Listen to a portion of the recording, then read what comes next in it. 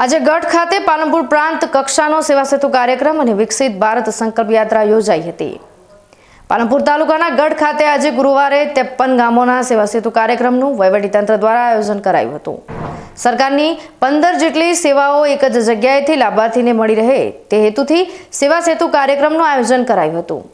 સાથે સાથે વિકસિત ભારત સંકલ્પ યાત્રાનું પણ ગઢ ખાતે આગમન થતા આ યાત્રાનું આજે સ્વાગત કરાયું હતું। આ પ્રસંગે મેરી કહાની મેરી जुबानी થીમ હેઠળ ગામના લાભાર્થીઓને સરકારની વિવિધ યોજનાઓથી લાભાન્વિત કરાયા હતા।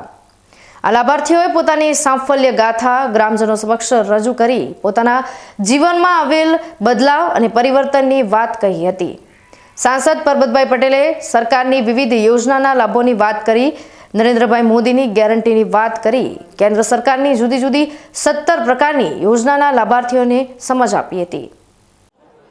આજે ગઢ ગામે વિકસિત ભારત સંકલ્પ યાત્રા અને સેવા સેતુનો કાર્યક્રમ, આ કાર્યક્રમમાં જે સરકારે ભારત સરકારે નરેન્દ્ર મોદીની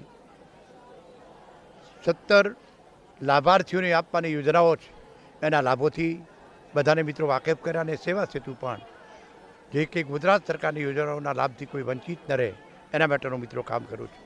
આજના કાર્યક્રમમાં અમારા અહીંના બધા જ સ્થાનિક આગેવાનો, તાલુકાનું વહીવટી તંત્ર અને જેને કાર્યક્રમ સફળ બનાવવામાં જે લાભાર્થી મિત્રોને આગેવાનો, ગામના સરપંચ અને બધા ઉપસ્થિત થયા છે, બધાને ધન્યવાદ ને અભિનંદન।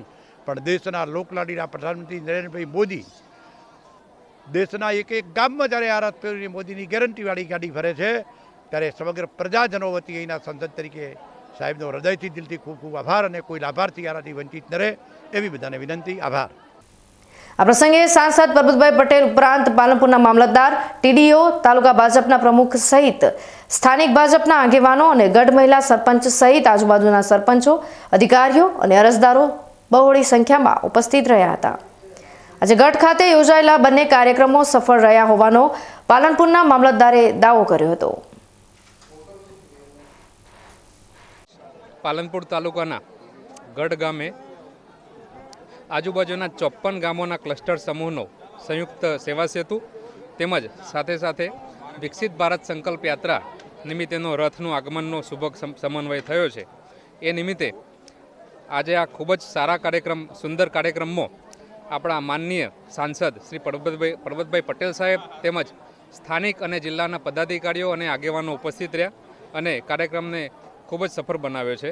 આજે આ સેવા સેતુના કાર્યક્રમમાં આજુબાજુના 54 ગામોના પ્રજાજનો વિવિધ પ્રકારના 15 સેવાના સ્ટોલ ઉપરથી લગભગ જિલ્લાની તમામ સરકારી કચેરીને લગતી યોજનાઓની કામગીરીનો લાભ અહીંયા ઘર બેઠા મેળવી શકશે।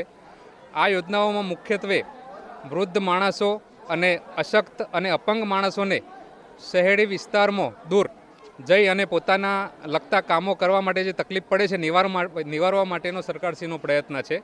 સાચા અર્થમાં સરકાર અહીંયા પ્રજાના દ્વારે છે એ પ્રમાણેનો અભિગમ સાથે અહીંયા સરકારશ્રીના તમામ ડિપાર્ટમેન્ટ પોતપોતાને લગતી યોજનાઓના લાભો અને એના લગતા યોજનાકીય ફોર્મ અને તમામ પ્રકારની સુવિધાઓ સાથે અહીંયા ઉપસ્થિત છે।